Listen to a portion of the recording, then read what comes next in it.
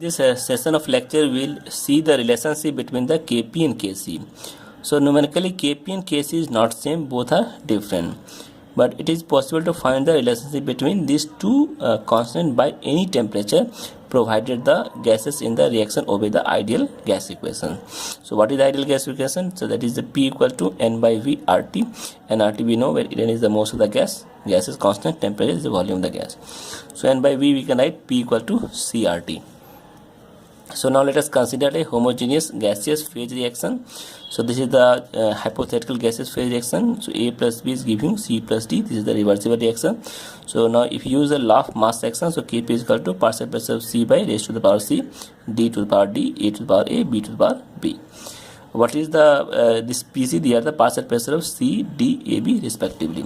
So we can write partial pressure of A in terms of CRT, B CBRT, partial of C CCRT, partial pressure of D CDRT. So now substitute this value over here.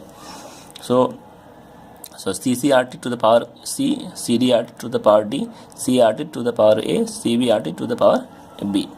So we will get here questions. Cc to the power C, Cb to the power D, Ca to the power A, Cb to the power B, and Rt to the power C plus D minus A plus B. C is the most of the product minus most of the reactant.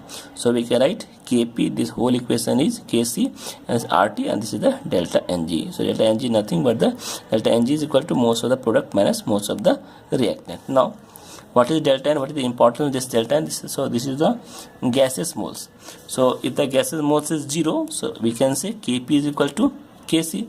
This 0 means Rt becomes 1. So in this case what happens? Rt is equal to the power 0. So this becomes 1. So Kp is equal to Kc. Now if delta Ng is positive, if this is positive, then Kp is greater than Kc, and if delta Ng is negative, then Kp is less than negative. So this whole equation is valid. This whole equation is valid when the temperature is above 12.18 Kelvin, which is normally applicable to all reactions, and all reactions independent to the value of Ng. So this is very important. This only valid when the temperature is 12.18 Kelvin. What will happen if the temperature is less than this? So in these cases the things will be different. Let us see how. So the above relations again valid when the Rt is greater than 1. One more thing, temperature should be 12.18 and Rt should be greater than 1. So if the Rt is equal to 1, Kp equal to Kc in all cases irrespective of value of Ng. Now what will happen if Rt is lesser than 1? If lesser than 1, then we don't follow these cases. These cases will be totally opposite. This case is only possible if Rt is equal or greater than 1. We can say right here Rt is equal or greater than 1. So no, not equal, we can't write equal, because in these cases also if Rt is less than 1, here also condition is there.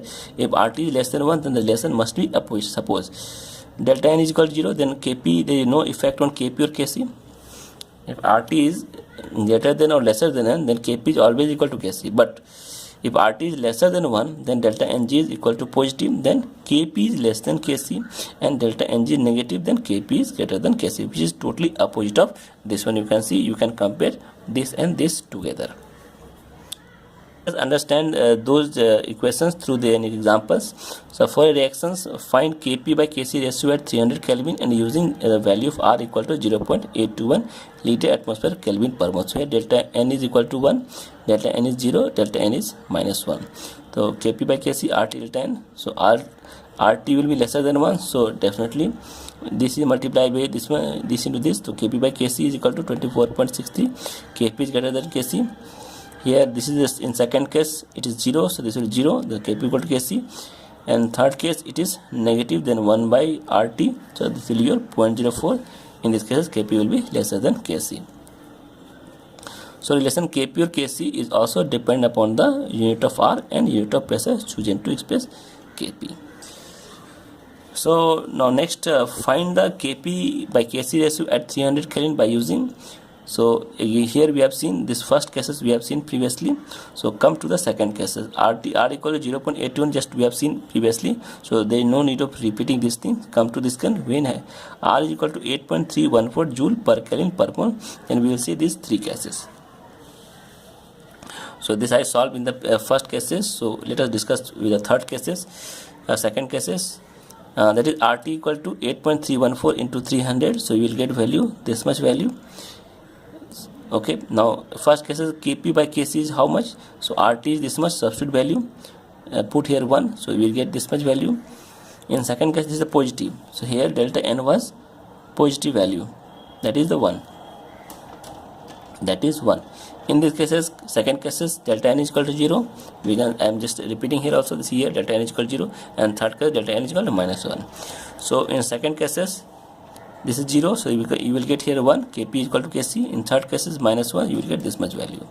So it is very clear. So what clear? If Rt is equal to 1, then T is equal to 1 by R, Kp equal to Kc.